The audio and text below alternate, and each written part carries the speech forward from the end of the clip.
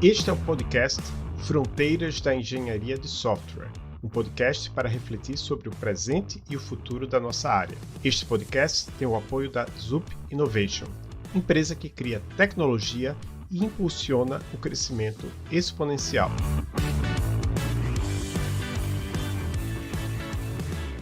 Olá, eu sou Adolfo Neto, professor da UTFPR Curitiba. E eu sou a Ingrid Nunes, Scrum Master na Hospitality Digital e professora da URGS. Hoje, no Fronteiras da Engenharia de Software, vamos conversar com Marcos Kalinowski, professor da PUC-Rio.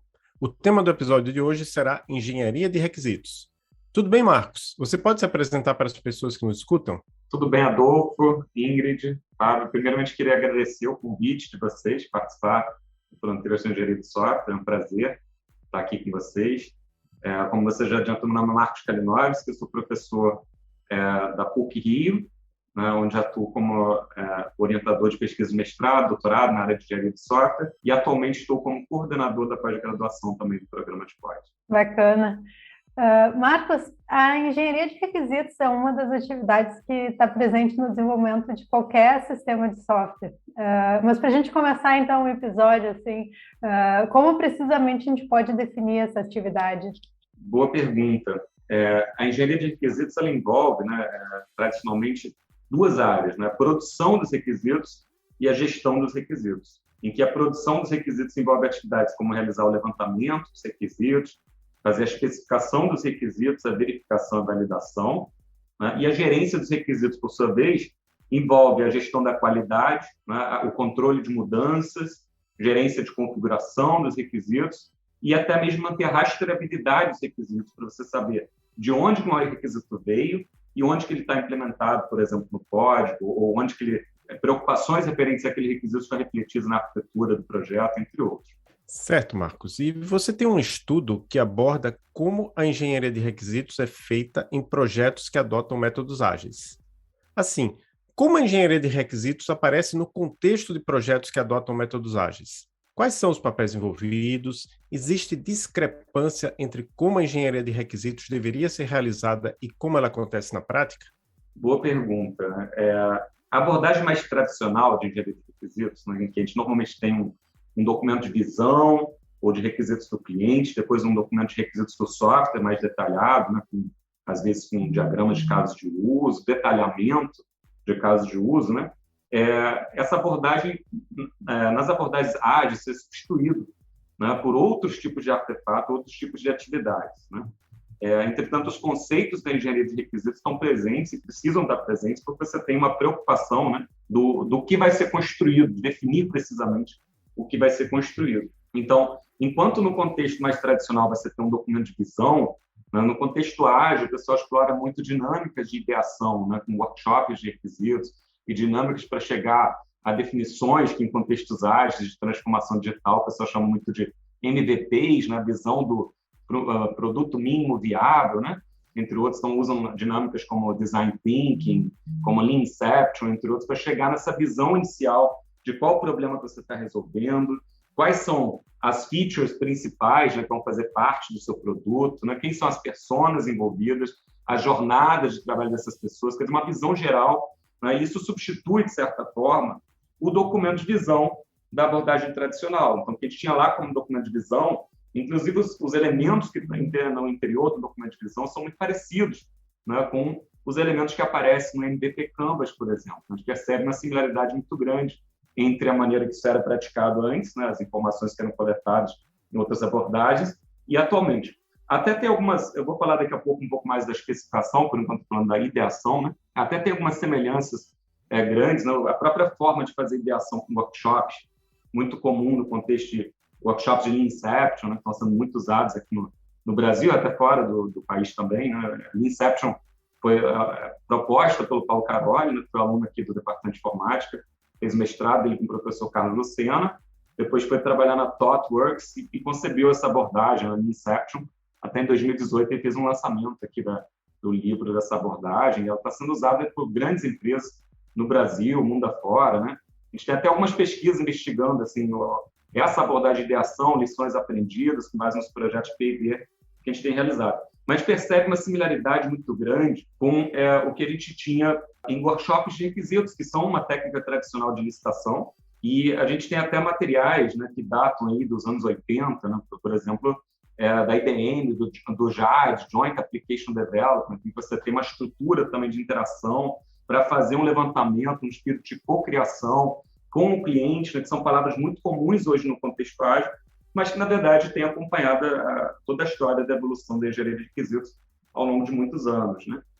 Isso sobre a parte de ideação, né? E aí tem a parte da especificação dos requisitos do software mesmo, né? A gente tem esses dois mundos a serem pensados. De um lado, os requisitos do cliente e, do outro lado, os requisitos do software, né? Que vão ter que satisfazer aqueles requisitos do cliente, né? Atender àquela necessidade descrita no documento de visão. E aí, enquanto nas abordagens mais tradicionais se usa comumente uma listagem, né, de requisitos funcionais, não funcionais, uma definição um pouco mais formal do escopo, anti-escopo, né, se trabalha muito com documentos envolvendo diagramas de casos de uso, descrição detalhada de casos de uso.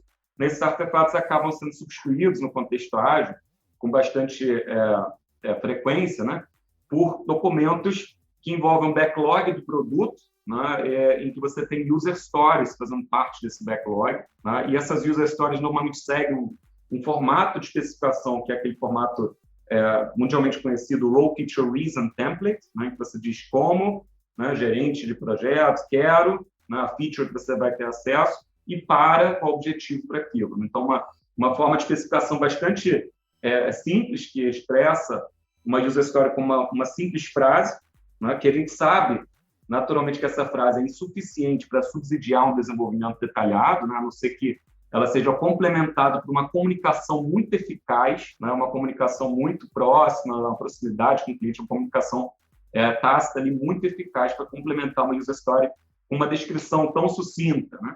O que se usa muito para complementar a descrição das user stories no contexto de especificação são cenários BDD, né, de Behavior Driven Development, para você especificar qual o comportamento esperado do sistema. E a gente tem também um formato padrão no contexto ágil, né, que é aquele formato given, when, then, né, dado que estou na tela de login, quando forneço login e não forneço a senha, clico no botão entrar, então o sistema, né, me responde com a mensagem acesso negado, né? Então, esse tipo de cenário, para você poder especificar o comportamento esperado, tanto os cenários positivos quanto os negativos, né? E aí tem uma influência muito grande também de você ter uma base sólida em engenharia de software para fazer uma boa especificação, tanto a user story em si é só um texto, é como se fosse um rótulo, né, para o que vai ser feito, mas os cenários BDD a gente consegue ter uma relação muito clara deles com o que a gente conhece como técnicas de seleção, né, para casos de teste, né, para poder pensar em cenários que precisariam ser testados, positivos e negativos. Então, aí tem uma interseção forte, né? Hoje, uma pergunta que vocês também colocaram aí é sobre os papéis, né, nesse contexto. Normalmente, quem assume, né, muito à frente dessa especificação é o Product Owner, né, que, no contexto ágil, é o responsável por direcionar, né, o desenvolvimento do produto na direção, né, das necessidades do cliente, né, para que você entregue um produto que atenda ao cliente da melhor forma possível. Então, ele faz essa comunicação com o cliente, essa intermediação, ele normalmente faz a especificação das user stories e desses cenários de aceitação que precisariam ser atendidos. E aí tem dois conceitos importantes, me interrompa se eu estiver falando demais, tá? Mas aí tem dois conceitos importantes no contexto ágil, que são de definition of ready e definition of done, né, que também tem uma relação muito, muito forte com essa especificação, né? Porque o definition of ready é comumente, claro, cada empresa pode ter o seu conceito por o que é o definition of ready, mas é quando a especificação está pronta para ser implementada, né? E ali é comum que se tenha o definition of ready como sendo quando você tem os cenários BDD especificados. Mas se você tem os cenários de aceitação, entre aspas, que chamam de cenários de aceitação, mas, na verdade, se você remeter à engenharia de software mesmo, você não está fazendo nenhuma aceitação, porque, normalmente, quem executa isso ou é alguém que está executando testes como parte da equipe ou o Product Owner, então estaria mais para teste funcional do que para teste de aceitação, né, no contexto do vocabulário padrão para teste, mas chamam dessa forma, e ali você tem essa responsabilidade de especificação, né, o definition of ready define justamente que aquela user story está pronta para ser desenvolvida. E o Definition of Done significa que aqueles critérios de aceitação que ela foi implementada, né, que alguém executou aqueles critérios de aceitação e viu que ela atende aqueles critérios. Então, ela está pronta. Né? Então, o Ready é pronta para ser desenvolvido. O Done está pronto. Então, você está ali colocando, no fundo, critérios, como se fossem critérios de aceite para aquela user story. Isso complementa muito bem a user story, mas muitas vezes ainda é insuficiente, né, para você ter realmente um detalhamento do que é uma especificação ágil, né, para subsidiar um desenvolvimento. Né, de fato, você vai precisar. Uma coisa que complementa bem são protótipos de tela, né, mockups, né, que você faz sketches ali, desenhos, né, das telas, da interação pretendida. Né. Algumas empresas usam protótipos de baixa fidelidade para o levantamento, né? E aí, às vezes, envolvem até designers, a gente faz muito isso. Eu acabei não comentando na apresentação, mas eu também coordeno aqui uma iniciativa, que é a iniciativa Exacta, que é de transformação digital, em que a gente faz projetos de P&D com empresas. Né? Hoje, o maior cliente dessa iniciativa é a Petrobras, né? Através do Sempre, o Centro de Pesquisa da Petrobras. A gente faz muitos projetos de P&D com eles, e nesse contexto a gente tende a envolver também na especificação ágil ali a parte do Product Owner fazendo os protótipos de baixa fidelidade, né? E o designer, na sequência, assim que a gente valida, né, os critérios de aceite, os protótipos de baixa fidelidade, o designer trabalhando em protótipos de alta fidelidade, né, pensando já na maneira como as informações vão ser visualizadas, apresentadas, e fazendo um teste de usabilidade ali também, no início do processo. Então, tanto a revisão de requisitos quanto teste de usabilidade no início. Né? Então, eles usam ferramentas diferentes, enquanto o Product Owner está lá especificando, ele está fazendo um sketch da tela, usar uma ferramenta mais leve, como um Balsamic, para fazer um desenho simples da Mockingbird, alguma dessas ferramentas para fazer um desenho simples da tela. O designer está lá com o Adobe XD, né, fazendo, colorindo e pensando na interação, quando clica aqui, abre outra tela, tentando simular essa interação para fazer teste de usabilidade. Então, esse esforço investido na especificação, né, que a gente sabe na engenharia de software, historicamente tem muitas referências, né, dizendo que o esforço aumenta, né, na medida em que o desenvolvimento progride, né, se você não especificar corretamente um problema da especificação, quando é encontrado próximo aos testes, você tem um retrabalho muito maior, você tem muito mais esforço envolvido nessa correção. E isso é importante manter isso, a ciência disso, que a gente está trabalhando com métodos ágeis, mas a gente se beneficia muito de uma especificação precisa e clara, com a user story complementada com o cenário de PDD, complementada com mockups, e às vezes isso não é suficiente, né? Porque nós temos várias situações em que você está trabalhando no contexto ágil, mas com requisitos não funcionais, né, críticos para a aplicação, como imagina uma aplicação num contexto bancário, financeiro, né, em que você eventualmente tem restrições de segurança, né, por exemplo, ou questões específicas de privacidade que precisam ser tratadas. Né? Essas informações precisam ser detalhadas. Né? Então, no contexto de segurança, o pessoal complementa o user story com especificações de segurança específicas, né, que precisam ser consideradas nessa implementação. Um equívoco muito comum, né, o pessoal da área de métodos ágeis achar, eventualmente, que não precisa, né? Que escreve a user story, a gente troca uma ideia e vai implementando. Isso vai gerar retrabalho, isso pode gerar vulnerabilidades que podem ter consequências graves, né, depois do sistema estar implantado, né, entre outros. Então, eu acho que deu um panorama mais ou menos, se for perguntar no papel envolvido, então o Product Owner aqui, eu diria assim, é o que capitaneia, né, os esforços de especificação, né, mas a gente tem outros papéis envolvidos, porque é comum se você pegar no Scrum básico, né, você tem lá o Product Owner como papel, né? Mas se você pegar, por exemplo, no Safe, você fala de ágil escalado para uma organização, né, surgem outros papéis, aí surge ali o Business Owner, né, ali surge já o Epic Owner, né, que é como se fosse o responsável por aquele incremento, por aquele produto que está sendo desenvolvido, né, para definir ali scope e algumas outras questões. Os business owners, os responsáveis, né, que, na verdade, os que entendem do negócio, né, e que vão ajudar a esclarecer regras de negócio mais específicas, né, que também devem entrar. Então, aspectos, por exemplo, uma user story, quando você tem uma especificação lá, user story, um mockup, algum cenário de PDD, ainda assim faltam algumas informações, né, que não podem ser referentes a decisões que não podem ser tomadas no momento do desenvolvimento. Por exemplo, quais campos são obrigatórios? Né? Algum desses campos é calculado de acordo com qual regra? Né? Então, o que o pessoal faz acaba especificando isso mais informalmente nas ferramentas que utilizam para poder registrar as user stories, que normalmente são o quê? São ferramentas como Jira, como Microsoft Azure DevOps ou qualquer uma dessas ferramentas, né, que você, de gestão ágil, né, que você pode gerir tarefas, né, sendo realizadas pelas equipes, apoiam aquele planejamento do sprint, a revisão do sprint, né, aquelas atividades que normalmente são realizadas no contexto das cerimônias ágeis, aí, que envolvem planejamento do sprint, sprint review, as daily meetings, né, entre outros. Então, eu não sei se eu esqueci de responder algum ponto específico da pergunta. Eu estou indo mais informalmente, assim, pegando a pergunta como um todo, mas me relembrem se vocês quiserem que eu toque algum assunto específico. Não. Em primeiro lugar, pode ficar à vontade aí, se a gente perceber que faltou alguma coisa, a gente pergunta. Você falou sobre os papéis envolvidos, falou sobre a discrepância, né, entre engenharia de requisitos em métodos ágeis e fora de métodos ágeis. Eu acho que essa pergunta aqui é interessante, será que o Product Owner, o dono do produto, é um analista de requisitos disfarçado? Uma boa pergunta.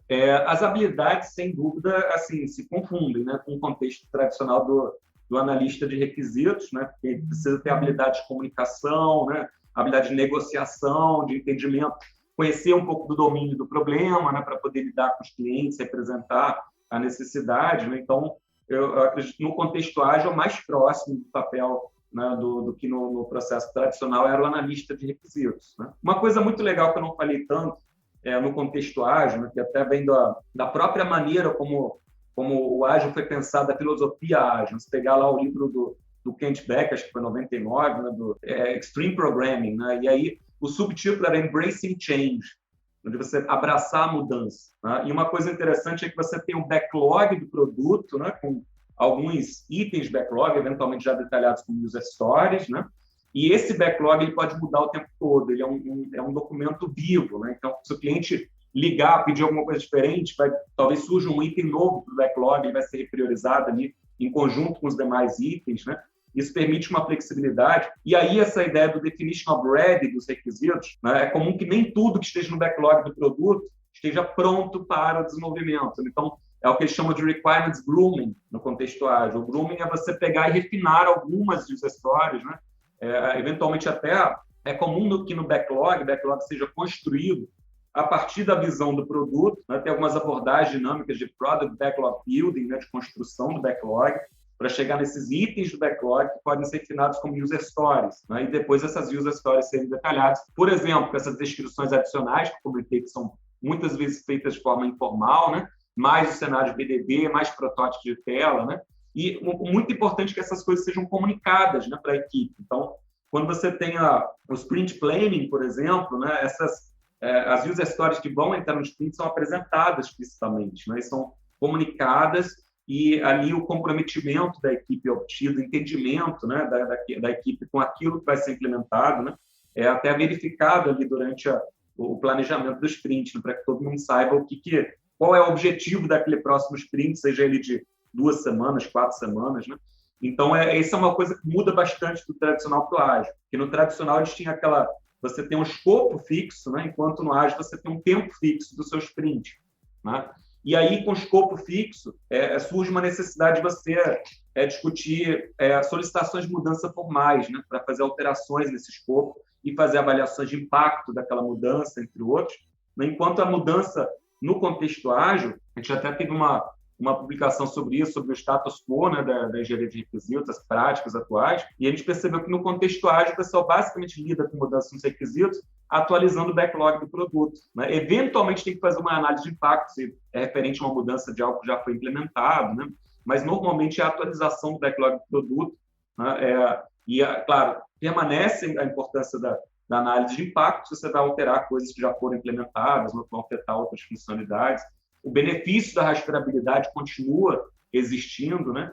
Entre outras coisas importantes aí da área de engenharia de requisitos, que tem sido estudado ao longo do tempo. Uma outra coisa que eu acabei não mencionando é quando eu falei da importância de detalhar as user stories, né? Além do verbal, né? A gente fez um estudo longitudinal, são na trilha de requisitos do ACM SAC 2016, sobre dívida de documentação de requisitos ágeis, né? E a gente avaliou o impacto dessa especificação mais, digamos assim, mais enxuta, né? E o impacto disso era muito alto. Eu não lembro os números exatos, mas percebeu muito retrabalho, né, em situações em que a especificação deixava a desejar, Então, mesmo no contexto ágil, uma especificação precisa do que o sistema deve fazer, né, é extremamente benéfico. Eu acho que você muda essa dinâmica no sentido de não ter que especificar tudo de uma vez só, mas na hora que você faz o grooming de algo para levar para um sprint, é bom pensar bem antes de fazer, né? Você definir bem o que vai ser feito antes de investir esforços programando, implementando aquilo, né? Então, essa preocupação permanece. Então, acho que muitas das preocupações de engenharia de requisitos são e podem ser transportadas, né, para o contexto ágil, e transportá-las é benéfico para o contexto de desenvolvimento como um todo. Essa é a minha percepção. Ainda sobre essa pergunta, mais concretamente, como a engenharia de requisitos fica presente num ciclo de desenvolvimento ágil? Porque tu tinha mencionado ali da questão dos workshops, etc. Como um workshop se encaixa dentro do sprint, né? Porque a gente termina o sprint com o sprint review, aí tu já tem o sprint planning. Então, em que momento esses workshops apareceriam? Em que momento esses requisitos vão ser mais trabalhados, né? Quem é que vai estar envolvido nisso?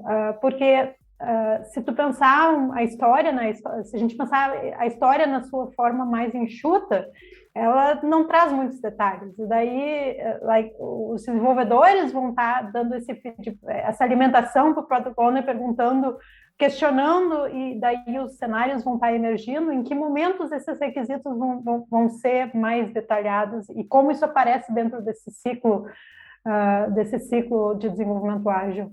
Normalmente, quando você está no contexto de projeto de inovação ou transformação digital, é comum você fazer um workshop no início, né, do processo, para dar como se fosse o kick-off, né, juntar ali um conjunto de pessoas nessas dinâmicas de ideação.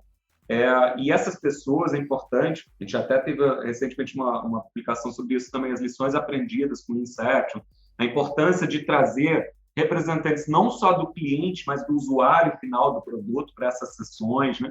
Então, nessas sessões de ideação participam, comumente recomendado, né, pelas próprias abordagens, que participem ali tanto representantes do cliente, né, representantes dos usuários finais. A diferença do cliente para o usuário, o cliente é quem paga, o usuário é quem usa, né? Nem sempre é a mesma pessoa, né? O cliente é alguém que está, né, encomendando aquilo, independente do pagamento, e o usuário é que vai efetivamente usar. É importante ter a presença dos dois, né, para complementar até para tratar questões específicas da experiência do usuário, entre outros, né? É importante ter a presença do usuário. Além disso, a equipe técnica que vai cuidar do desenvolvimento tem representantes nessas dinâmicas de ideação, né? É comum você trazer alguém da equipe, se você tem um designer, né, você traz também para essas dinâmicas de ideação. Se é uma solução que envolve, de repente, a construção de alguma coisa, um modelo de aprendizagem de máquina, você traz o cientista de dados, trazer os diferentes stakeholders, né, os diferentes envolvidos. É claro que transformação digital é um pouquinho diferente, né? A pergunta que você fez foi mais não encaixar no ciclo de desenvolvimento mais tradicional. Quando você está fazendo um projeto de inovação, você está naturalmente começando algo novo, então vai ter um workshop para poder alinhar isso. No contexto do SAFe, eles chamam, que também é para ágil escalado, né? Eles chamam isso de Product Increment Planning, né? Que é uma sessão mais enxuta, enquanto uma Lean Inception para ideação é planejada, né? Às vezes, claro, a pessoa adapta também, mas a sugestão lá do livro de Caroli são 5 dias para você fazer uma Lean Inception completa, num workshop de requisitos de ideação, né, para chegar nessa visão do produto. O Product Increment Planning do SAFe, a duração sugerida dele são 2 dias, é uma coisa mais dinâmica de um workshop para poder definir incrementos para um produto. Ele não precisa ser um produto de inovação, mas pode ser um incremento. Normalmente, como é que isso é encaixado? Você vai ter que fazer algumas dessas sessões de Product Increment Planning na medida que você for precisando de novos requisitos para alimentar o seu pipeline de coisa para fornecer para a equipe de desenvolvimento. E depois do Product Increment Planning, ou desse workshop de ideação, tem dinâmicas específicas para construir o backlog do produto. Normalmente são mais curtas, é comum até que sejam trabalhos em um dia, né, em que você vai pegar as features que foram identificadas num Product Increment Planning ou no workshop de ideação, né, e vai trabalhar essas features para transformar elas em Product Backlog Items, itens do backlog que depois vão virar, né, as suas user stories. Né? O item do backlog, na verdade, é a parte central, só fica faltando o como e para. Né? O que você quer é o item do backlog. Quando você acrescenta o como e para, você tem a tua user story. Né? Então, mas essa dinâmica de quebrar as features, que muitas vezes são macro, quando você discute o Product Increment Planning, você está pensando o que a gente quer nesse produto, onde que a gente quer chegar. Né? Então, você identifica ali features macro nesses workshops. Depois você quebra elas com dinâmicas, como, por exemplo, o Product Backlog Building, né? Que também tem alguns livros didáticos, né, orientando como fazer essas dinâmicas do Product Backlog Building, normalmente um dia para poder trabalhar o backlog, e ali a interação com o cliente é até usada até para o detalhamento, para que ele possa levantar perguntas, fazer comentários, né, sobre os diferentes itens do backlog, né, que no fundo são passos para você realizar aquelas features mais macro, né, que você vai desmembrando e chegando aos itens do seu backlog, que depois vão virar lá as user stories, que vão ser detalhadas lá com cenários BDD, com mockups, né, com outros complementos para que eles possam efetivamente servir como base, né, para o desenvolvimento, para serem efetivamente comunicados e desenvolvidos, né? Seriam considerados prontos, o definition of ready, mais uma vez, né, para que eles possam entrar no desenvolvimento, nessa ideia do grooming, né, você tem que pegar os itens do backlog, alguns deles tem que dar uma detalhada para deixar eles prontos para poderem entrar no planejamento. Aí você prioriza no sprint planning, né, aqueles que vão entrar no próximo sprint.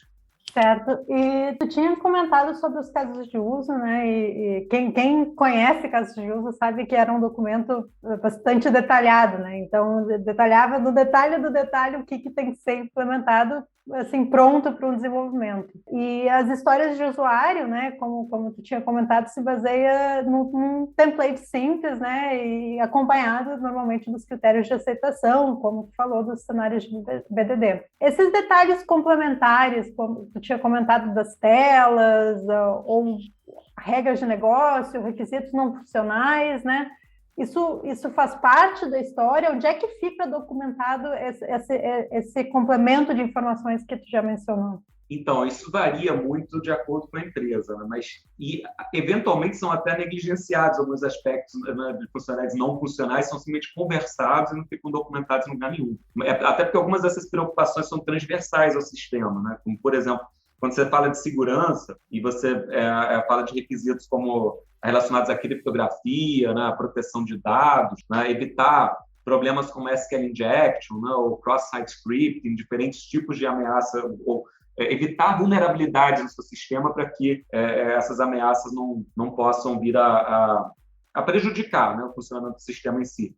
Então, enquanto na especificação tradicional tinha lá uma seção requisitos não funcionais, né, às vezes o pessoal especifica isso ou no documento de apoio, ou o conceito dos enablers também são muito discutidos, assim, o que capacita o sistema, assim, habilita o seu sistema para ser implantado. Você coloca algumas coisas que precisam ser tratadas que não são efetivamente funcionalidades, né? Precisam ser feitas para que o sistema possa estar sendo disponibilizado. Isso pode envolver preparar alguns preparativos relacionados à segurança, outros aspectos, mas, de fato, tem user stories específicas, né, que vão precisar de detalhamento, por exemplo, sobre a segurança. Quando você fala do armazenamento de dados, uma user story que trata de armazenamento, transporte de informações no sistema, né, você vai ter que detalhar um pouco ali alguns cuidados mais específicos. E isso fica realmente, não tem um template para isso, digamos assim, né, fica de forma mais informal dentro do texto da user story, né. Teve um aluno meu de mestrado que fez a pesquisa dele sobre como a segurança é tratada no contexto de requisitos ágeis, né? Então, ele fez um mapeamento de segurança no contexto de requisitos ágeis e depois olhou como que isso é especificado. Normalmente são complementos com a user story mesmo. Você tem a user story e algumas preocupações ali adicionais, né? E o que ele fez foi justamente prover uma forma de você verificar se a especificação complementar àquela user story está refletindo adequadamente algumas preocupações de segurança. E lá ele se pensou em aplicações web, né? Então se baseou na OWASP, né? Que é Open Web Application Security Patterns. São alguns problemas, né? Ele relata um conjunto de padrões e problemas de segurança em aplicações web, em que a segurança é naturalmente relevante porque está disponível, amplamente disponível na internet e tudo mais, então acaba ficando bastante sujeito a ataques, outras questões, né, então preocupações com a proteção dos dados naturalmente se tornam relevantes nesse contexto. Para requisitos, né, que era bastante estudado, dizia lá, requisito tem que ser completo, consistente, tem que ser claro, né, um conjunto de qualidades. O requisito era escrito praticamente como uma redação, né, detalhando o que o sistema faria, quais entradas, saídas, e depois veio o formato de assim, se popularizou mais o formato, né? Bem depois que em 98 já existia um caso de uso, mas se popularizou mais o formato com casos de uso, né? Especificando a interação com as entidades externas, os atores que interagem com o sistema, né? Especificando essa troca. e dava ali um formatinho para especificar isso, né? Ali a funcionalidade, e ficava claro, mesmo assim, ficava já separada a preocupação dos requisitos não funcionais. Ficava na seção à parte do documento, requisitos não funcionais, depois vem a lista de requisitos funcionais, dali você tira, né? Vai lendo a lista de requisitos funcionais, assim, mais macro nessa representação, dali você monta o seu diagrama de casos de uso e vai para o detalhamento dos casos de uso, onde um requisito funcional é detalhado por um ou mais casos de uso, um caso de uso detalha um ou mais requisitos funcionais, né? Enquanto, da mesma forma, as user stories capturam o aspecto funcional, né? Então, o não funcional fica um pouco no ar, né? É importante que seja documentado, pensado, especificado também no contexto ágil, né? Até porque preocupações com a arquitetura, né, que normalmente os requisitos não funcionais, eles afetam muito a arquitetura, né? Quando você traz preocupações com segurança, desempenho, né, manutenibilidade, entre outros, isso afeta decisões arquiteturais, né? E aí surge também no contexto ágil da equipe de entrega ali no Scrum, você não tem diretamente no arquiteto e tal, mas quando você leva para o Safe, que já falei em ágil escalado, você tem lá o Solution Architect. Você já vem a pessoa pensando o que o pessoal está fazendo qualquer arquitetura, né? Como é que a gente organiza isso, né? Então, quando na verdade, quando a gente trata do ágil escalado, a gente vê várias coisas surgindo, né, que são preocupações, né, de longa data, né, da engenharia de software, né? Preocupações com a arquitetura, com o entendimento do negócio, né? Entre outras que surgem no contexto do Safe, né? Quando você leva os requisitos para a escala, né? Para muitas grandes empresas estão adotando, né? A própria Petrobras, as pessoas abertamente, eles estão implementando amplamente o Safe, né? Dentro para poder gerir. Você tem várias equipes ágeis trabalhando em produtos que, de alguma forma, eles buscam chegar a objetivos organizacionais, né? Com várias equipes em paralelo, né? Entre outros. Então, aí vem essa preocupação. Quando você tem 10 pessoas, né? O Scrum vai te atender bem para você organizar a sua equipe ágil, né? Quando você tem 1.000 funcionários, ou, né, muita gente trabalhando, você tem que pensar em alguma estrutura, né? Para isso escalar para a sua organização. Em métodos ágeis, em geral, né, os requisitos eles ficam documentados essencialmente em histórias, né? Você já falou um pouco aí sobre as histórias, mas uma observação é que o conhecimento de como um sistema de software deve funcionar acaba ficando disperso, e existe alguma forma de documentação usual que centralize esse conhecimento de todas essas histórias? Então, no contexto ágil, né, até seguindo o princípio do Lean, né, de você ter eliminar o waste, né, eliminar o desperdício de documentação, quer dizer, ter o desenvolvimento enxuto, né, com documentação enxuta, né, somente o necessário e tudo mais. Normalmente, isso fica documentado no contexto do sistema que está sendo usado, o issue tracker lá, que está sendo usado para registrar as user stories, e fica lá o histórico da evolução dessas user stories, que foi implementado para elas, né? Mas, claro que a empresa pode ter uma preocupação de gestão de conhecimento, né, de armazenar isso de outra forma. Foge um pouco, acho que, do que é normalmente discutido no contexto ágil, que é gerar justamente os artefatos que vão levar ao produto, né, com o mínimo desperdício no processo, né? Eu me lembro de ter visto uma palestra um tempo atrás, e eu sei que para algumas pessoas tem essa noção de que a melhor documentação é o próprio software. Será que é por isso que o pessoal às vezes diz, é só uma história do usuário, é uma coisa temporária, porque o que vai realmente se vir como documentação é o programa funcionando? Baseado na sua experiência, isso faz algum sentido? Existe algum contexto que isso funcione, ou isso é só um sonho que talvez nunca se realize? Eu acho que vou citar aqui um livro que pode ser útil para essa discussão do Barry Boehm e Richard Turner, né, de balancear agilidade com disciplina, né? Quando você fala na documentação sendo o próprio software, né, é natural. O software ele é construído através de um processo de transformação da informação, né, em que você faz um levantamento lá das necessidades do usuário, de alguma forma, especifica de algum jeito, implementa, independente da abordagem ser seguida, né, ele vai embutindo ali conhecimento. E esse conhecimento, né, num sistema um pouco maior, dependendo do escopo do sistema que você está construindo, pensa num sistema de gestão integrado numa grande empresa, né? Recentemente, a gente deu um apoio para o pessoal da Firjan para fazer a migração de um RP. Tá? O RP tem tanta regra de negócio customizada para eles que você assumir que isso vai estar documentado direto no software, todo mundo vai lembrar de todas aquelas regras, quando o volume, né, chega a uma certa proporção, né, não é viável do ponto de vista prático. Você ninguém vai conseguir lembrar de todas as regras, né, quando são milhares de regras, né, e que estão implementadas, né, automatizadas pelo software, e, no fundo, no código. Né? Então, o usuário vai perder.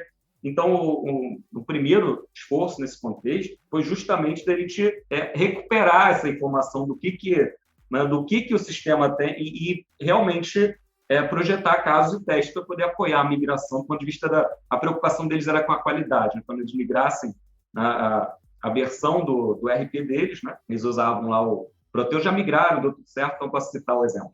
Eles migraram ao Proteus, né, que é um RP da TOTS. Então, a preocupação deles era de todas aquelas customizações, todas aquelas regras que passaram anos implementando, que elas ainda funcionassem. Né? E aí se esbarraram justamente nesse problema, de não ter a documentação tão clara de todas essas regras, todas essas customizações, né? Isso se mostrou um grande problema. Então, acho que quando você tem um problema, uma complexidade um pouco maior, né? Isso é uma das dimensões lá que o Barry Ben coloca no livro, para você avaliar se você vai mais numa direção orientada a plano ou ágil. Mas quando você tem um sistema de informação organizacional, né, com muitas regras, muita informação, muito conhecimento, né, você vai precisar de alguma forma de representação disso para você manter isso de forma eficaz dentro da empresa. Acho que é mais nessa linha de encontrar o meio termo aí do quanto você precisa documentar qual sistema, né? Qual o tamanho desse sistema, quantas regras que tem e o quanto que a gente pode depender das pessoas que implementaram, conhecem aquelas regras, né? Um outro exemplo até de engenharia de requisitos também que eu posso trazer, um exemplo, isso aconteceu na DataPrev, né? E muitas outras empresas, tá?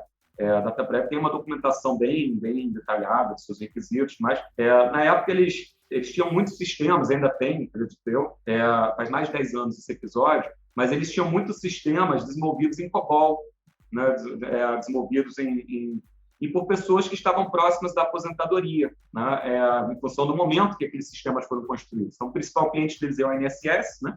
Eles fizeram vários sistemas envolvendo várias regras de negócio específicas embutidas nesses sistemas, em COBOL. Né? E, na época, a minha interação com eles, a gente deu uma série de 11 treinamentos seguidos de engenharia de requisitos, de 64 horas cada um, por mais de 700 horas a aula que ministrei para engenharia de requisitos. Né? Justamente porque a gente pegava várias equipes de pessoas que estavam programando direto em COBOL, né, que embutiram regras de negócio desses sistemas, e essas regras não estavam documentadas. Então, eles estavam contratando novas pessoas agora para trabalhar essencialmente em baixa plataforma, Java, modernização dos sistemas. Eles teriam que recuperar regras que estavam numa linguagem em COBOL, dentro do código, que as pessoas não iam ter uma maneira fácil de extrair. Então, foi feito um esforço para que essas pessoas especificassem, né? E ali, na época, isso faz mais de 10 anos, né? Mas na época o esforço deles foi de especificação com regras de negócio, casos de uso, né? Tentar documentar para até subsidiar a modernização desses sistemas, né? Para passagem deles depois para baixa plataforma. Então, acho que num volume desses, né, você pegar esses sistemas com inúmeras regras de negócio sobre aposentadoria, benefícios, e não dá para você confiar que a documentação esteja no software, no caso desses. Né? Então, acho que cada caso é um caso. E eu acho que aqui é quando diferentes atividades, né, do desenvolvimento de software se unem, porque um dos pilares, né, de desenvolvimento ágil são os testes automatizados. Então, se teoricamente tu está fazendo o que deveria ser, né, tu vai ter a tua história, tu vai ter os cenários e tu vai ter isso tudo implementado como testes automatizados. Então, tu sabe que se tu fez alguma mudança, né, e tu quer saber como isso deveria ser feito, está documentado num teste e isso vai ser checado automaticamente quando tu rodar teu teste. Mas o que eu vejo é que na prática acaba que a gente ainda tem uma boa porcentagem dos casos de teste que são feitos de forma manual e às vezes tu tá manuseando o sistema e tu vê assim, tá, mas isso aí é como o sistema deveria fazer, ou isso é um bug, ou vamos transformar isso numa feature. Essa questão dos testes automatizados, né, até a primeira entrega, normalmente recomendo que a primeira, normalmente você acabou de desenvolver aquele incremento, que seja o primeiro teste seja executado manualmente, né? E depois que o sistema adquire um pouco de estabilidade, né, que você, principalmente estou falando do teste do BDD, né, de automatizado, que você usar um Cucumber, um desses frameworks para poder conectar a especificação do seu BDD direto na execução do código, né, alguma coisa do ponto de vista de critérios de aceitação. Né? Não estou falando aqui daquele teste de JUnit ou PyUnit, né, de implementação mais unitária.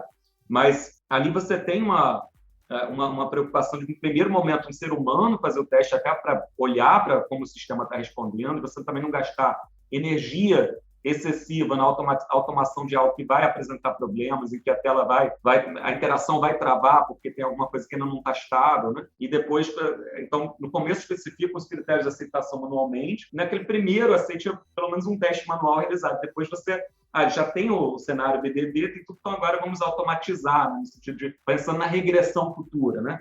Pensando em você poder reexecutar os seus testes, né? Quando à medida que você vai liberando novas versões, ou fazendo alterações, para perceber o impacto dessas alterações ao longo do tempo, né?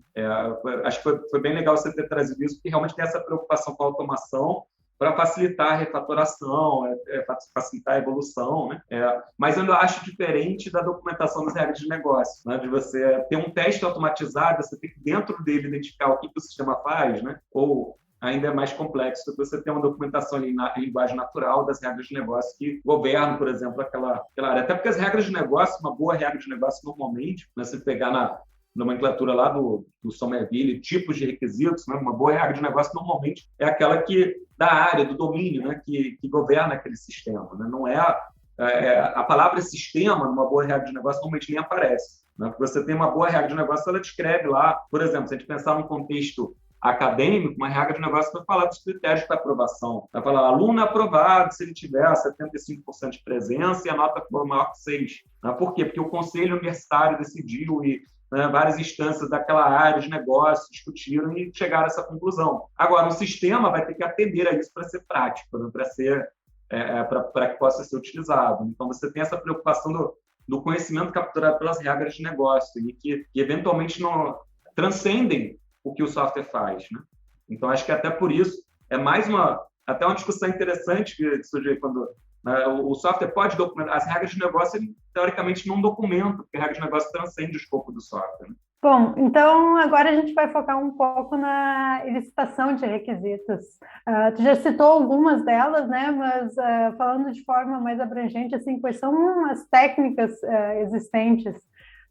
Se a gente pensar, existem projetos de software onde que a gente tem um cliente/usuário específico, né? Então, uma empresa que quer desenvolver um sistema dentro daquela empresa, então a gente já tem, assim, vamos dizer, quem está trazendo a demanda. Mas tem outros cenários, outros projetos de software onde que uma empresa de software está desenvolvendo para um conjunto de usuários, né? Um segmento de mercado, né? Então, se a gente pensar essas grandes plataformas de software que todo mundo pode ser um potencial usuário. Então, como seriam as diferenças, né, entre listar requisitos num contexto e no outro? Quais as técnicas existem? Quais são mais adequadas em que cenários? Bom, a técnica mais usada pelo levantante de requisitos é a entrevista. É a técnica assim, mais amplamente utilizada. Nem sempre ela é bem utilizada, mas é a mais utilizada, né? Até mesmo a entrevista pode variar de acordo com o momento em que você está aplicando a entrevista, né? Por exemplo, uma entrevista com patrocinador no início, ela toma um formato muito diferente de uma entrevista com o usuário, né? Que você está fazendo algum detalhamento, né, mais específico. Então, por exemplo, a pergunta do patrocinador, você começa com perguntas abertas, né? Tem algumas orientações, diretrizes para fazer boas entrevistas, né, de levantamento. Então, uma entrevista com o patrocinador que você vai tentar elaborar em um primeiro documento de visão, algo nessa linha, você começa com perguntas abertas. Qual que é o problema que você está enfrentando hoje? Né? Como você tem resolvido ele até então? E deixa a pessoa falar. Uma habilidade importante do levantamento de requisitos é você ouvir, né, a pessoa que está efetivamente te apresentando o problema, né, te apresentando as suas expectativas. Aí você vai perguntar coisas como qual a expectativa de uma solução, né, o que você espera de uma boa solução, perguntas abertas, você deixar ele falar um pouco e até mesmo descobrir quem vão ser as pessoas que podem ser entrevistadas para ajudar no detalhamento, né, e no levantamento das demais fases do requisito. Então, no contexto tradicional, certamente as entrevistas individuais eram as mais usadas, né? São mais usadas ainda, mais usadas são as entrevistas, mas eu vejo o pessoal usando muito workshops de requisitos justamente para fazer essa ideação, principalmente no segundo cenário que você trouxe, que é de produtos, quando você tem a visão de um produto, né? Você juntar especialistas no domínio, pessoas que entendem daquela área, às vezes É comum que empresas contratem pessoas da área de negócio, quando elas trabalham com produtos, naquela área de negócio, para trabalhar junto com os analistas de requisitos. É uma responsabilidade do analista de requisitos buscar conhecer o domínio, entender o domínio, ele tem que interfacear, ele tem que... não dá para um analista de requisitos aquela postar, mas eu sou formado em computação, eu só quero fazer a especificação, não quero entender... Ele vai fazer especificação na área financeira, mas não quer entender as regras de retenção de imposto. Ele tem que buscar entender isso, faz parte de fazer bem o seu trabalho, até de entender, para poder especificar funcionalidades que vão realmente dar um diferencial para o negócio, né? Então, mas é muito comum, quando se fala na criação de novos produtos, envolver especialistas no negócio. Teve um tempo que eu dei consultoria para uma empresa que é multinacional, até, tinha uma unidade em Nova York, em Londres, até. Cheguei a viajar para as 2 unidades, dei treinamentos para eles lá na parte de inspeção, especificação, justamente nessa parte. E o interessante é que eles tinham, além da equipe, né, envolvida no produto, eles tinham um produto, né, que era um produto, na época, visionário, que controlava negociações no mercado de energia, né, principalmente no europeu, nos clientes, porque lá você não tem... Não que a gente tenha um monopólio de energia, mas tem um fornecedor central, você não tem muita escolha aqui para você, de quem você vai comprar energia, mas na Europa é muito comum. As pessoas negociam se vai comprar energia para sua fábrica, por exemplo, da Ion na Alemanha ou da Luon na Holanda, né? Então, era um produto que tratava desse tipo de negociação, uma coisa muito específica, né? E a equipe tinha contratado economistas, né? Pessoas que davam consultoria nessa área, em bancos como JP Morgan, outras. Então, naquela área específica, né, do negócio. Então, é importante trazer, para você ter uma visão do produto, né, trazer pessoas que entendem do negócio, né, que possam realmente ajudar, o que o pessoal chama muito no contexto de criação, de identificar até mesmo as hipóteses de negócio, né, que é uma preocupação que surge hoje, além do DevOps, que tem sido mais discutido, mas o BizDev é tão importante quanto, ou talvez até mais, na minha percepção, que é a ligação da sua estratégia de negócio com o desenvolvimento. A integração, não desenvolvimento de cooperação é fundamental, é claro, toda uma cultura também para você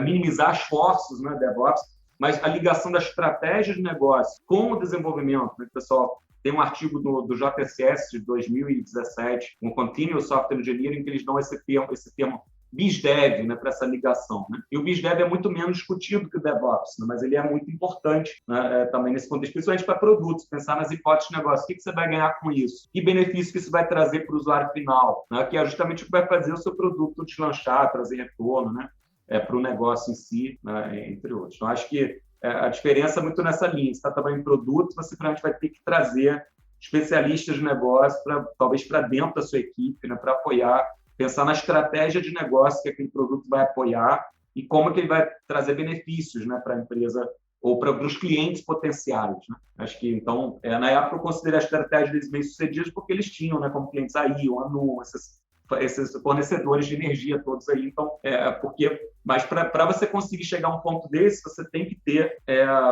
efetivamente pessoas do negócio envolvidas, né? É muito difícil você formado na área de TI, né, vislumbrar uma ideia de um produto que vai trazer um ganho fantástico para uma área específica que você não conhece, né? Então, buscar o entendimento, estudar o domínio e integrar especialistas no negócio também, acho que é nessa linha. Tem outras técnicas também usadas além dos workshops, das entrevistas, só pegando aqui um gancho, quer dizer, o pessoal usa muito para gerar ideias, que até dentro desses workshops, o brainstorming, né, que é uma técnica tradicional mencionada no contexto de engenharia de requisitos, nos livros clássicos aí, dentro do contexto do workshop, você tem atividades de brainstorm comumente presentes, né? Você pode aplicar ali outras técnicas, como prototipação, né? Até a prototipação, aquele protótipo, entre aspas, descartável, que pode ser para documentação, mas você faz rabiscos e desenha a ideia de como vai ficar na tela, interage com o usuário, né? Em sessões de cocriação. Acho que uma coisa que funciona bastante para trazer benefício para o negócio é explorar a cocriação, né, dentro do processo de licitação dos requisitos, né? Aí tem aquela diferença, né, importante na hora da licitação do envolvimento e do comprometimento, né? Quando você consegue criar um clima, né, de cocriação, está todo mundo comprometido com a solução, não está apenas envolvido, ele está comprometido com o resultado, ele vai compartilhar dos benefícios no momento em que aquela solução for bem sucedida, né? E vai compartilhar com você também do momento em que algo não deu certo, né? Então, isso acho que é importante, essa relação de confiança, cocriação, né, dos especialistas de negócio com o analista de requisitos, seja na pessoa de um Product Owner, né? E a equipe técnica de negócio envolvida, né? Entre outros. Acho que investir na cocriação para produtos, acho que é um ponto-chave.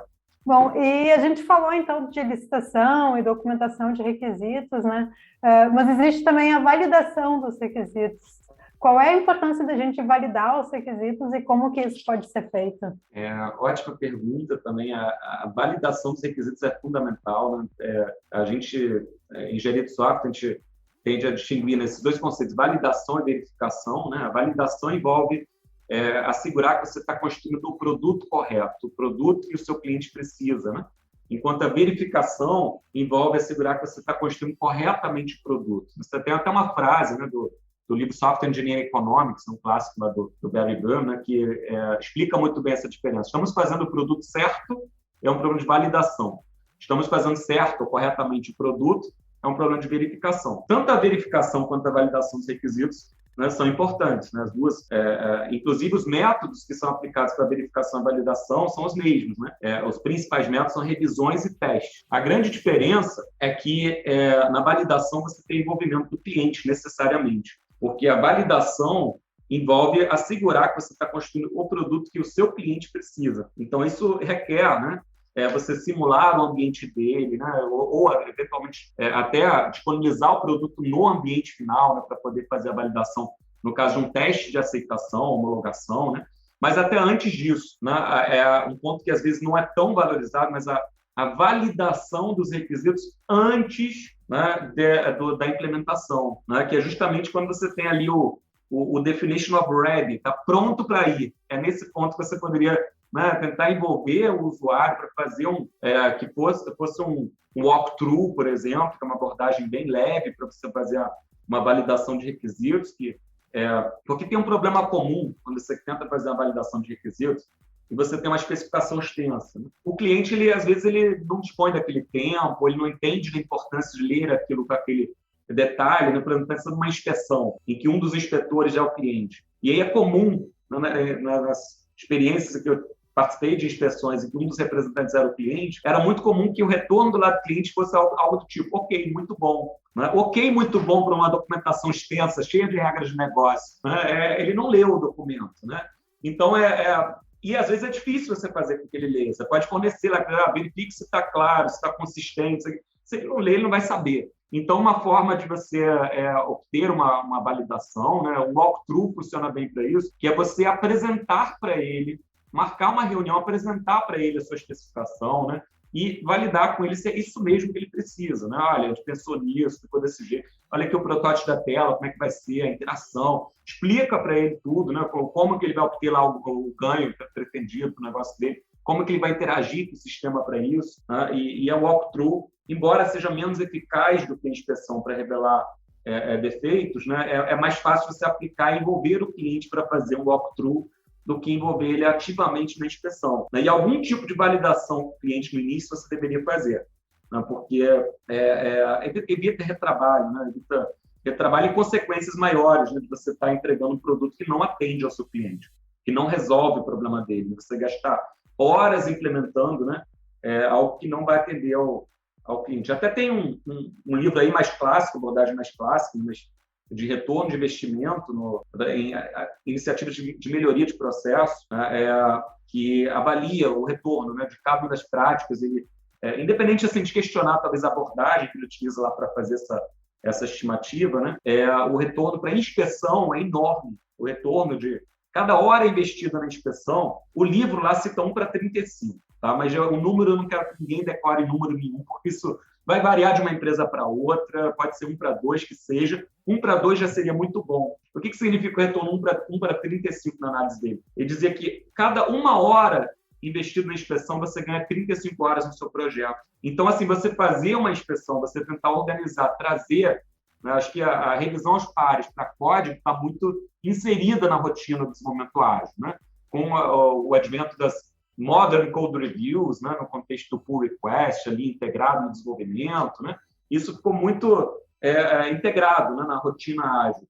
Agora, a verificação, a validação de requisitos não está tão integrada assim, né? Então, acaba ficando mais informal, né? Então, uma maneira né, sem muito overhead, fazer isso, que as pessoas entendam a relevância, consigam. Isso vai se pagar, né? Mesmo que tivesse overhead, ia se pagar pelo custo-benefício, né, de você encontrar problemas no início, né, da especificação, mesmo sendo uma especificação enxuta, né, uma especificação ágil enxuta, ela pode beneficiar de atividades de inspeção, né, até com diretrizes do que deveria ser verificado, né, por exemplo, para aspectos como segurança, né, ou outros, você pode ter diretrizes específicas, né, do que deve ser verificado ali na hora da revisão, né, dos requisitos. Então, a abordagem de revisão são tanto revisões aos pares mais simples, quanto a inspeção, que é a forma mais formalizada, envolvendo mais de inspetor, com uma reunião ali, né, e os walkthroughs, que são mais informais, mas também já trazem benefícios interessantes, né? E às vezes são mais práticos porque você apresenta o que você fez e valida numa reunião, né, para ver se aquilo atende ou não, discute, tenta ver se o seu cliente está prestando atenção, né? E você consegue, de alguma forma, validar se aquilo, minimamente, você acredita que aquilo atende à necessidade dele. Protótipos ajudam muito na validação também. Quando o cliente visualiza a solução, ele tende a te dar um feedback muito mais rico sobre aquilo do que ser algo textual, né? Até isso eu notava em inspeções de requisitos, com bastante frequência, quando você tinha aquela especificação mais no formato com casos de uso, né? Páginas e páginas de casos de uso, e no final os protótipos, que eram linkados na descrição do caso de uso. Aí você via claramente que o cliente pulava aquelas páginas todas que vinha a descrição dos casos de uso, ia direto no protótipo e lá rabiscava tudo. Aí esse campo não precisa, isso aqui é obrigatório. E por quê? Porque ele estava visualizando. O caso de uso que dizia a mesma coisa, dizia, o sistema apresenta uma tela contendo o CPF. Aí não marcava nada, mas na tela que tinha, não precisa desse campo, né? E aí riscava. Então, o visual, né, facilita muito essa comunicação para validação do cliente, né? Então, envolver ele nessas dinâmicas de Product Backlog Building, né, fazer uns rabiscos de tela junto com ele, e validações com apresentações, walkthroughs, né, podem funcionar bem no contexto ágil. Acho que tentar envolver, até porque envolver o cliente dele bastante participativo é uma das premissas, né, para um desenvolvimento ágil bem sucedido. Então, aproveitar e colocar umas rotinas dessas de walkthrough de requisitos, né, daqueles que estão com definition of ready, teoricamente, prontos para ir para o desenvolvimento, ou até você definir o definition of ready como sendo após passar pela reunião do walkthrough com o cliente, né, por exemplo, com os critérios de aceitação com tudo. Marcos, você tem um artigo publicado no Empirical Software Engineering Journal que aborda problemas contemporâneos da engenharia de requisitos.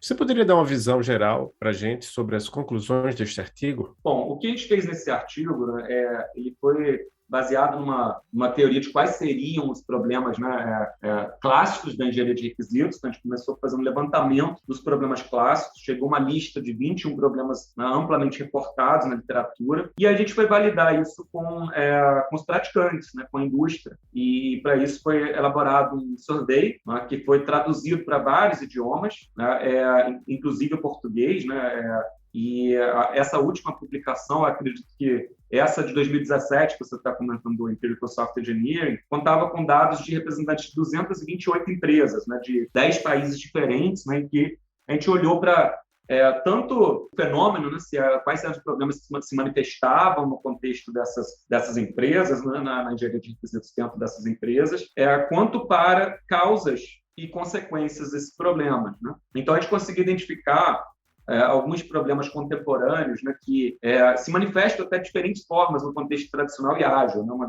Uma das observações foi essa. Por exemplo, requisitos incompletos, né, um problema bastante relevante, né? Foi o problema mais relevante nos dois cenários, né? mais frequente, que as pessoas relataram muitas vezes ser causador de fracasso no projeto como um todo, né? De levar o projeto todo a ser cancelado, né? A consequências extremas como ser cancelado, né? De você pegar um requisito ali numa área, está fazendo levantamento de um requisito num contexto numa área financeira de uma empresa, e ela diz, preciso de uma funcionalidade para lançar despesa. E você acha lançar despesa, tem lá o valor e a descrição da despesa. E aí você acha que em 4 horas um desenvolvedor faz isso, numa telinha com 2 campos. Depois você vai descobrir, né, que a empresa quer lançar as informações das despesas porque ela quer ter uma ideia de que ela está gastando com o quê, para ter informações úteis para ela. E aí você vai descobrir que aquele lançamento de despesas deveria ter, não é um simples cadastro, mas ele deveria ter informações sobre, por exemplo, o código de custo, com o que aquela despesa está sendo gasta. Aí você tem que ter um cadastro prévio dos códigos de custo. Você tem que ter informações dos centros de custo, qual área que está gastando.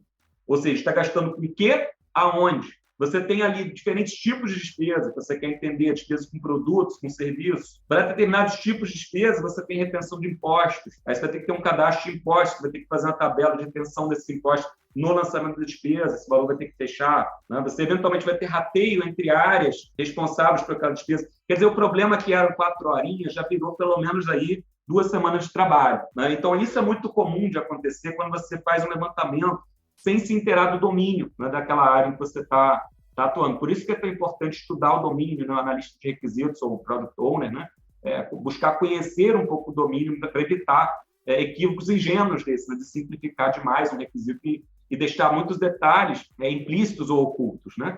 E isso é muito comum quando você está entrevistando, conversando com um especialista do domínio, né? Você perguntar para alguém, por exemplo, né, se perguntasse para algum de vocês hoje, qual foi a primeira coisa que você fez hoje? Né? Talvez a resposta é, tomei meu café da manhã, ou então entrei. Você vai omitir algumas coisas. Provavelmente a primeira coisa que você fez foi abrir os olhos. Né? Só que você não vai relatar isso porque você está tão natural na sua rotina, quando você acorda, você abre os olhos, depois você levanta. Tal. E, da mesma maneira, a pessoa que está trabalhando há muito tempo naquela área, né, ela vai omitir alguns detalhes, né, que para ela são naturais. Então, você buscar explicitar esses requisitos implícitos, né, é uma dificuldade. Né? Então, requisitos incompletos apareceu como um dos mais frequentes. Você tem várias causas associadas a isso também, que envolvem desde técnicas inapropriadas de levantamento, falta de conhecimento do domínio, entre outros. A gente levantou as causas, os problemas e as consequências que eles trazem, né? Que, nesse caso, esse programa podia levar ao cancelamento do projeto ou, né, custos adicionais, né, estourar o orçamento do projeto, estourar os prazos, né, ter que renegociar contratos, né, entre outros. E, dentro do artigo, eu não vou conseguir sumarizar agora de cabeça as relações, causa e efeito para cada um dos problemas, mas tem a figura, né, relatando as causas, o problema e as consequências. Né? Então, você consegue olhar o problema e olhar esse panorama, o que normalmente causa esse problema e que consequências que ele normalmente traz para o desenvolvimento. E aí a ocorrência muda um pouquinho no contexto mais tradicional e mais ágil. Né? Por exemplo, um problema como moving targets, né, de você ter objetivos de negócio mudando o tempo todo, né, pode se manifestar de uma maneira num contexto e de uma maneira em outro. Né? Então, no contexto ágil, por exemplo, você tem embora ele tenha sido bastante citado no contexto ágil também, lembro agora, ele até foi bastante citado, teria que relembrar o detalhe aqui do artigo da manifestação exata desses fenômenos, né? Mas o moving target, você naturalmente busca se preparar mais para esse problema no contexto ágil. Ainda assim, ele vai acontecer. Talvez até o pessoal esteja mais ciente desse problema no contexto ágil, por isso que ele tenha sido amplamente reportado também no contexto ágil.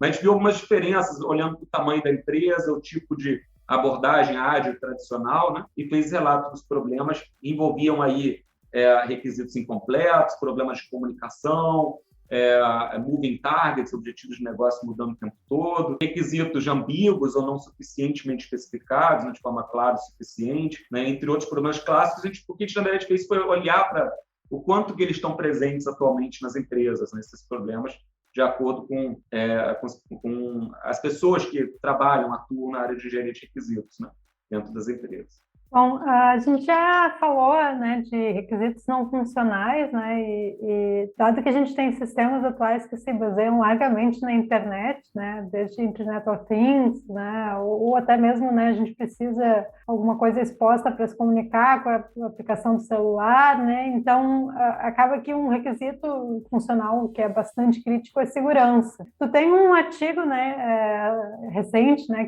que focou nisso.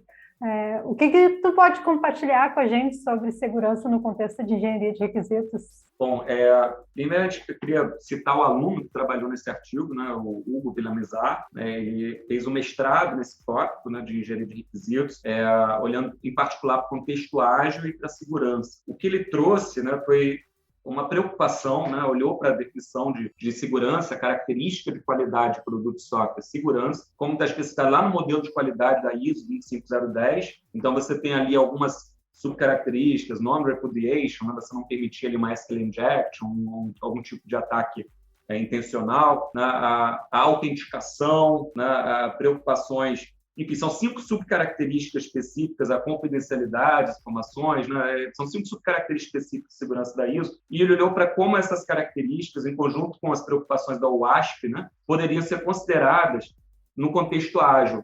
Então, basicamente, o que ele fez, ele aplicou processamento de linguagem natural no texto da user story, né, tentando identificar que tipo de ação estava sendo realizada ali, né, para poder mapear isso contra preocupações de segurança. Então, chamando a atenção, olha, para essa user story você deveria olhar para esses aspectos aqui de segurança, né, e tentando enfatizar quais aspectos de segurança seriam importantes para serem especificados, né? Naquela ideia justamente que a gente falou no início, né? Que muitas vezes aspectos não funcionais são especificados de forma muito informal dentro do texto da user story. Então, ali justamente para você poder fazer, então ele veio com uma abordagem para poder verificar as user stories, né?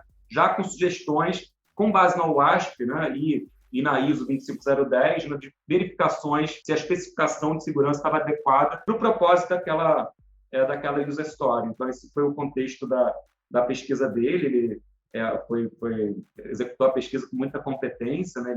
Ele obteve uma publicação na Requirements Engineering Conference 2019 e foi até selecionado como um dos melhores artigos da conferência, convidado para o Requirements Engineering Journal, para a publicação que saiu em 2020, tratando justamente esse aspecto de verificação de segurança no contexto ágil. Como é que você verifica user stories, né? Que às vezes em que, dependendo da ação que está sendo realizada, há preocupações de segurança, né? Como é que você orienta alguém a verificar se a especificação de segurança está adequada no contexto de uma aplicação web sendo desenvolvida com métodos ágeis? Então, esse era o contexto específico da contribuição dele aí. Mas tem várias outras possibilidades de trabalho, né?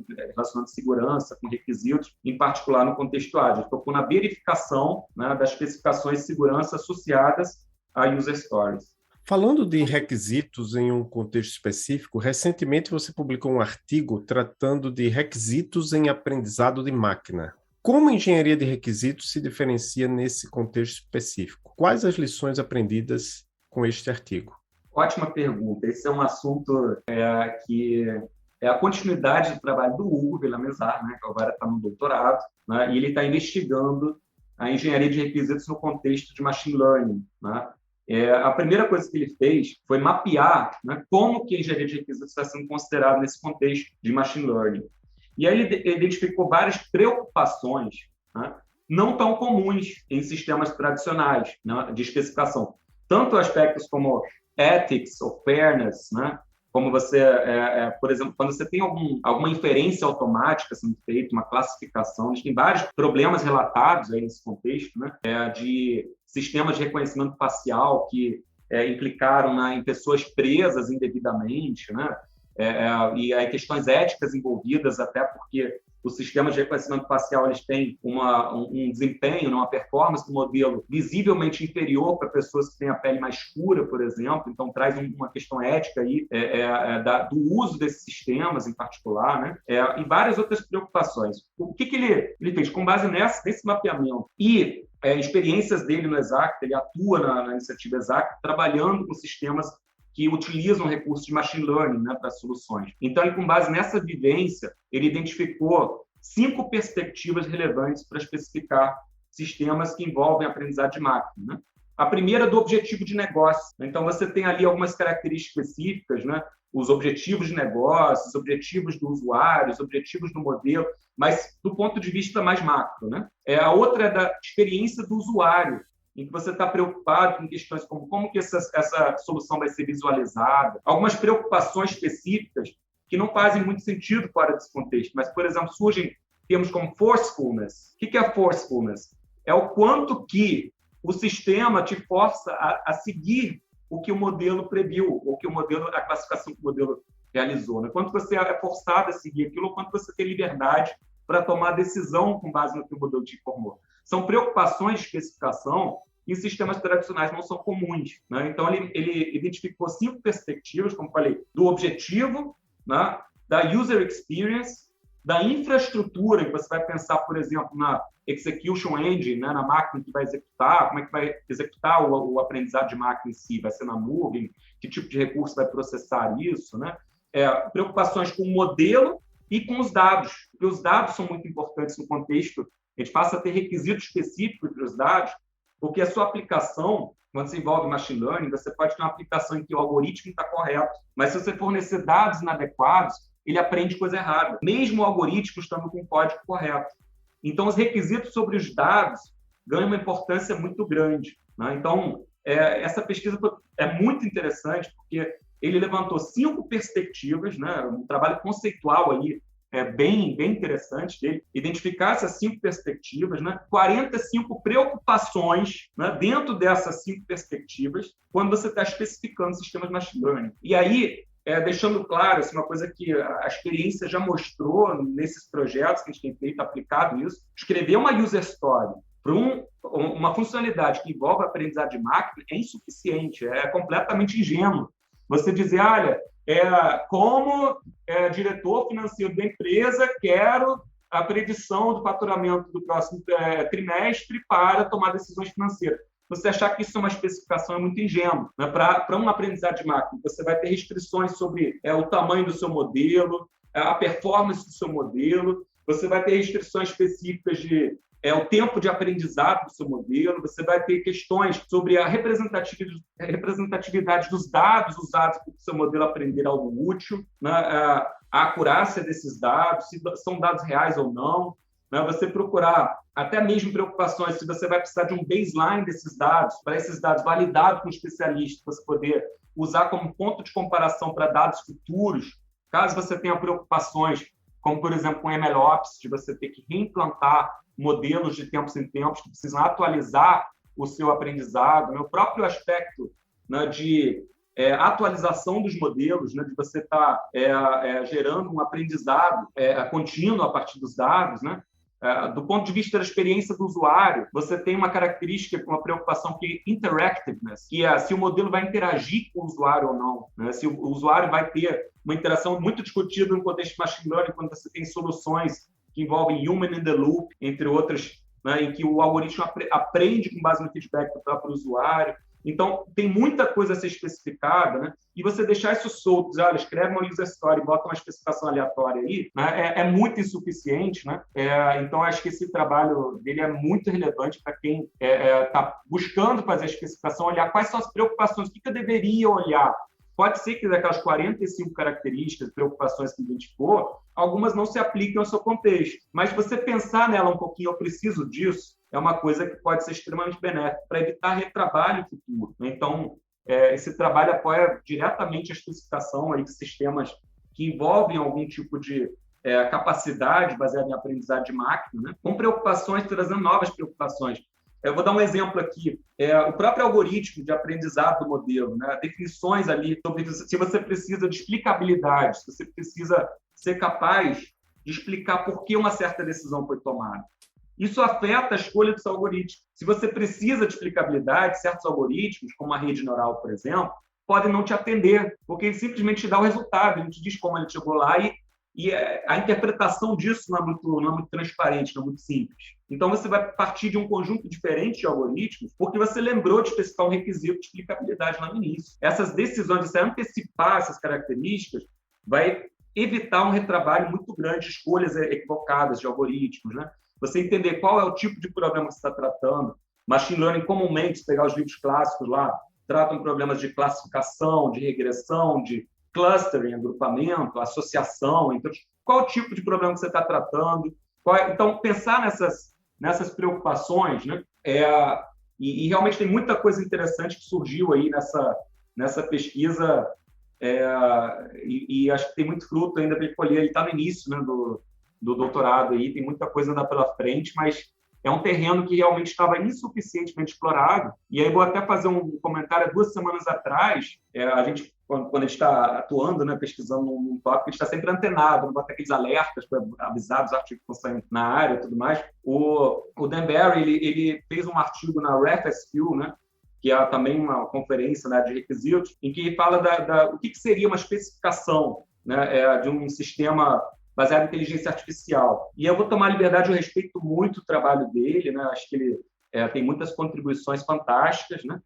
Mas aquela contribuição em particular, ela, tendo em vista a prática e a realidade dos projetos de machine learning, ela é insuficiente, aquela visualização. Ela aborda uma perspectiva de performance do modelo, né? De objetivo do modelo, performance do modelo. Ela contempla 2 das 45 características que a gente identificou, né? Então, ela sem nenhuma dúvida, é insuficiente, até dá um insumo interessante para essas duas características, mas deixa de fora um conjunto de coisas, né, que no contexto prático se mostram relevantes. Então, a gente validou essas características em focus groups, discussões com praticantes, né, para ver quais são outras preocupações que poderiam surgir, e esse trabalho realmente ficou bem legal. Então, e as pessoas não sabem como especificar. Nessa discussão do Dan Barry é interessante, a gente fez esse trabalho quase que simultaneamente, né? Ele publicou na UFSU agora 2 semanas atrás, a gente já tinha submetido um trabalho similar, né? Só que ele foca em IA, e também IA, de certa forma, IA é muito abrangente, né? IA é desde sistemas multiagentes, você tem várias coisas em IA que não são... Então, eu acho que você focar, né? A gente focou em machine learning, né, especificamente. Então, acho que é benéfico, porque mesmo dentro de machine learning, a gente viu que tem vários tipos de problema e tem várias particularidades em cada um deles, né? Então, eu acho que é um trabalho bastante interessante aí, que traz essa visão da big picture, né? Do que a gente precisaria considerar, né, ao fazer um sistema desse. E aí você achar que uma user story vai especificar o suficiente, realmente não tem a menor possibilidade, né? Aí de você deixar uma descrição textual livre para complementar, a pessoa vai esquecer de coisas importantes, né? Eu mesmo iria esquecer de qual é a frequência que novos dados vão ser coletados, são coisas importantes que precisam ser especificadas. E aí o que ele tinha, do ponto de vista de data science, machine learning, a gente tinha o Machine Learning Canvas, por exemplo. O Machine Learning Canvas também é suficiente do ponto de vista de engenharia de software, porque ele não traz preocupações comuns que a gente, na área de engenharia de software, estudando requisitos, as características de produtos, né? Tem um conjunto de preocupações que estão fora do ML Canvas, né? Porque veio do pessoal da área de Machine Learning, né? E do outro lado, acho que o pessoal de requisitos, nessas primeiras tentativas, também ainda está distante. Eu acho que, na verdade, está num contexto oportuno para isso, porque a gente, lá na Iniciativa Exacta, trabalha em conjunto com pesquisadores da área de ciência de dados. O professor Hélio Lopes tem feito um trabalho muito ativo na área de ciência de dados, né? Ele co-coordena a Iniciativa Exacta lá, e a gente está trabalhando na engenharia de soluções que envolvem machine learning. Então, eu acho que o cenário propício para experimentar e tentar trazer um pouco isso também para a prática, né, de maneira geral. Esse é o trabalho que está sendo feito aí. Acho que tem muita coisa interessante que vai acontecer ainda nessa área. A gente falou bastante aqui sobre o desenvolvimento de software em projetos que utilizam métodos ágeis, e tu tem um artigo intitulado What Makes Agile Software Development Agile? Em português, né? O que faz o desenvolvimento de software ágil ser ágil? Então, qual é a resposta dessa pergunta? Bom, essa pergunta ela é complexa, ela permanece aberta ao final do artigo, tá? Porque, na verdade, a gente avaliou percepções das pessoas, né? Esse trabalho ele foi capitaneado lá pelo Marco Fuhrmann, o Paulo Hotel e a Regina Hebe, né? Foram os três que capitanearam esse trabalho. Eu participei das discussões, ele foi discutido no contexto do iCERN, que é uma comunidade de pesquisa na área de experimentação, então a gente participou de alguns workshops discutindo isso, e montando essa rede de colaboração para replicar também o survey, né, que foi executado em diversos, né, países, inclusive os dados do Brasil, né, que a gente foi responsável por coletar também, né, e ajudar, e participamos de algumas sessões também de validação desses dados, mas o trabalho, sem dúvida, foi capitaneado, né, pelos três, então eu sou mais um coadjuvante nesse trabalho, para ser bem sincero. Entretanto, o que eles observaram, de maneira geral, é que você caracterizar um desenvolvimento como ágil ou não ágil, né, está muito mais relacionado com as práticas do que com a adoção de algum método específico. Até uma coisa interessante, não sei se vocês viram, mas durante a pandemia, né, muita gente escreveu livros, né, de novos de engenharia de software, né, surgiram uns 4 livros aí com o título Modern Software Engineering, né? Um até do Marco Túlio, um livro bem legal, acho que é um livro bem didático, muito útil, e um do Ivar Jacobson. E ele tem uma coisa interessante, como o subtítulo dele é justamente a conclusão do artigo. Acho que até tem ele aqui, tem áudio, não vai adiantar muita coisa, mostrar aqui para vocês. O subtítulo é esse aqui, Free the Practices from the Method Prisms. E a conclusão é justamente essa, as práticas e a maneira como você trabalha as diferentes disciplinas de engenharia de software determinam mais se você age ou não do que o arcabouço ou método que você está seguindo, o nome do método, né? Então, essa foi a conclusão. Então, na verdade, o que foi feito ali foi feita uma avaliação das práticas que estavam sendo usadas para cada disciplina e o quanto que as pessoas julgavam fazer aquela disciplina de maneira ágil ou tradicional. E aí foi feito um cruzamento desses dados, né? O artigo, se não me engano, ele teve mais de 500 data points, né, um conjunto de hipóteses que foram elaboradas e validadas nesse sentido, mas foi nesse sentido. E a conclusão principal foi que a filosofia, as práticas do dia a dia, né, determinam muito mais a percepção de ser ágil ou não do que o nome do método em si que está sendo seguido, né? Essa aqui é a conclusão geral. Mas não tem uma resposta, até porque o artigo ele captura as percepções das pessoas, né? Como você o que você usa e como você percebe as suas atividades, né? Então, um cruzamento disso, né? E claro, teve sessões também de validação entre os pesquisadores, né? Mas não tem uma resposta absoluta do que o que torna o desenvolvimento ágil ou não ágil. Na verdade, é mais essa filosofia, né? Ágil sendo seguido, os valores, os princípios ágeis, né? Então, estarem presentes e as práticas no dia a dia refletirem nisso. Acho que é mais nessa linha. Mas o artigo traz um conjunto de coisas interessantes, apesar de não responder de forma concreta, né, essa questão particular. Até tem algumas considerações interessantes no artigo, né, que o conceito de agilidade, né, ele está nos olhos de como cada um define. Né? Então, algumas coisas, até mesmo alguns métodos, né, lembram realmente mais, sem dúvida nenhuma, lembram mais o tradicional. Por exemplo, um cascata, um modelo V, lembram muito mais o tradicional do que o ágil, mas ainda assim você pode ter algum tipo de agilidade presente mesmo nesse tipo de método. Acho que essa aqui é a conclusão geral. Então, discute essas práticas, né, e como que as pessoas percebem elas dentro do desenvolvimento. Né? Essa aqui é a contribuição do artigo, mais sobre a percepção, né, do ponto de vista dos praticantes, alinhando isso com as práticas ao longo para cada disciplina, né, da engenharia de software, com as práticas e como que elas são percebidas. Muito bom, Marcos. E a gente está chegando no final. Eu vou fazer a pergunta que é a pergunta característica do podcast. Para você, qual é a próxima fronteira da engenharia de software? Eu esclareço que pode ser algo que você acha que vai acontecer ou que você gostaria que acontecesse em nossa área. Essa é uma pergunta bastante abrangente, né? Tem um roteiro, né, um roadmap, uma agenda de pesquisa em engenharia de software, lá do Carnegie Mellon, né, do Software Engineering Institute, que cita alguns tópicos relevantes. Né? Um deles é justamente a engenharia de software para sistemas que envolvam inteligência artificial, né, com suas diferentes vertentes, né? Porque as soluções existentes elas são claramente insuficientes. Eu dei aqui o exemplo da especificação de requisitos, que ninguém sabe muito bem o que fazer ali na hora de especificar. Né? Então, da mesma maneira, tem várias outras coisas em aberto. A própria parte de testes de sistemas inteligentes, né, de redes neurais profundas, por exemplo, isso começou a ser muito discutido a partir de 2018. Né? No ICSI 2018 saiu lá aquele artigo eu esqueci o nome, Big Test, eu acho, para testar redes neurais profundas, que fala de cobertura de neurônios, novos critérios de cobertura para teste. Né? Então, traz muitas implicações aí, o pessoal ainda está um pouco perdido. E acho que a gente tem muito a apoiar os praticantes nessa frente. Agora, tem outras frentes interessantes, né?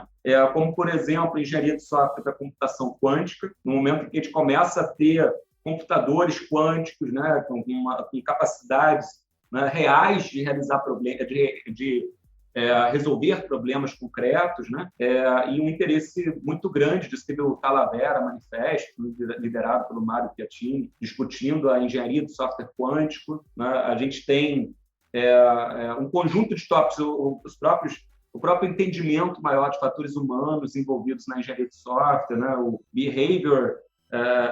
Behavioral Software Engineering, né, que o Robert Feld trouxe lá em 2015, que também tem muita coisa ainda para ser discutida. A gente falha muito a usar, a gente investiga desenvolvedores, né, que são seres humanos no contexto de um processo, mas a gente ainda usa uma abordagem muito preliminares, muito iniciais, né, para fazer avaliações que envolvam pessoas. Né? Então, é muito comum você ver o uso, por exemplo, inadequado de instrumentos psicométricos para avaliar personalidade de pessoas, a gente discorrer sobre coisas do que a gente não entende absolutamente nada. Né? Então, a gente amadurecer um pouco a própria forma como a gente constrói e evolui as teorias na área, porque a teoria tem uma importância muito grande. Isso também, até no livro do Ivar Jacobson, de Modern Software Engineering, traz também esse elemento de teoria. Né?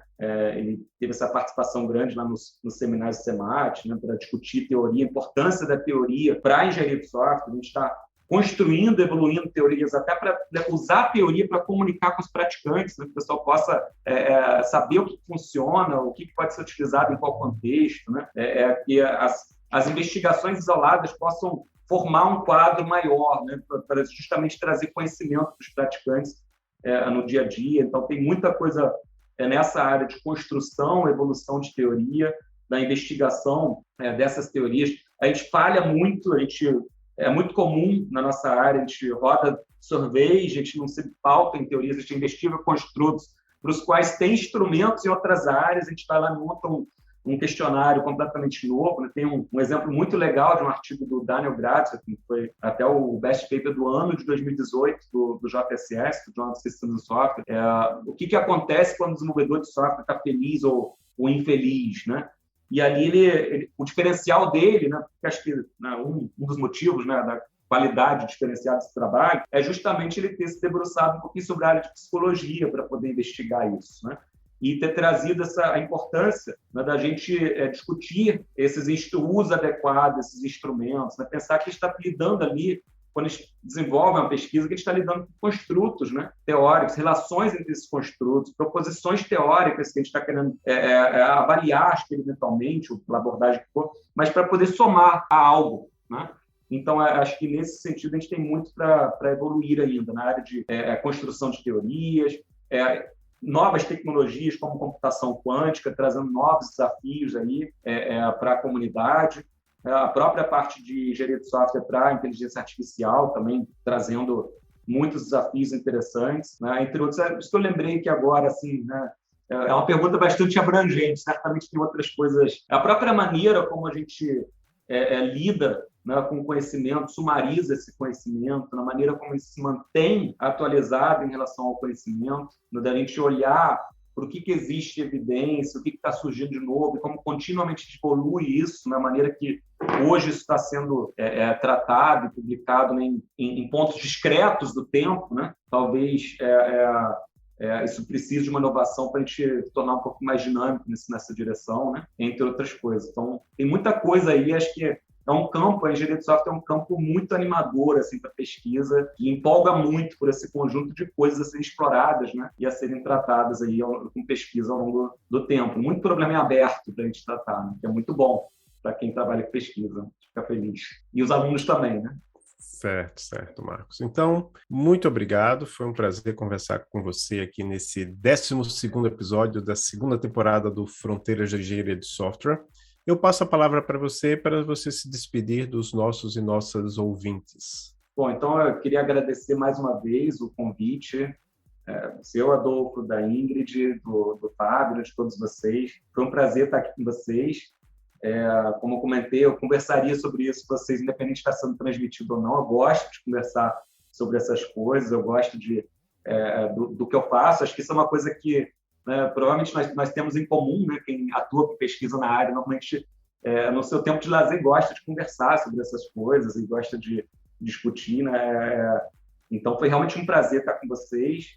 Queria agradecer a quem, né, espero que possam tirar algo útil disso que eu trouxe e que eu possa ajudar a esclarecer algum ponto para alguém que tenha escutado ou possa ajudar de alguma forma. Qualquer coisa, deixo também o meu contato, né? Vocês podem ter a minha página pessoal, tem lá meu e-mail, todas as formas de contato. Se alguém quiser conversar mais sobre algum desses assuntos, fique à vontade para entrar em contato comigo. Sobre essas coisas, eu sempre consigo achar um tempo para conversar sobre essas coisas. Então, foi um prazer realmente estar com vocês, né? Discutindo esses assuntos. E admiro muito também o trabalho que vocês fazem aqui na Fronteira, Fronteiras da Engenharia de Software, né? E também o trabalho individual de cada um de vocês. Acho que parabéns aí pelo trabalho dentro do Fronteiras e fora dele também. Então, obrigado mais uma vez pelo convite. Foi um prazer estar com vocês. Obrigado. Muito obrigado, Marcos. Foi um bate-papo muito legal. A gente falou bastante de pesquisa, resultados de pesquisa, mas foi um episódio super prático, né? Com isso, né, a gente encerra esse episódio, mas a gente não está encerrando apenas o episódio, mas também estamos encerrando a segunda temporada, né? Chegamos a 2 anos de Fronteiras da Engenharia de Software. E também eu deixo aqui a minha despedida. Esse aí foi o último episódio que eu participei como co-host, né? Mas o Fronteiras da Engenharia de Software continua, né? Assim, foi ótimo estar ao longo dessa jornada junto com o Adolfo, com o Danilo, com o Leonardo e com o Fábio, né? Vou continuar sendo ouvinte do podcast, sabendo que vou estar sempre por dentro, né, do que está acontecendo na pesquisa, né, como a gente pode melhorar o desenvolvimento de software. E aguardamos todos vocês na terceira temporada do Fronteira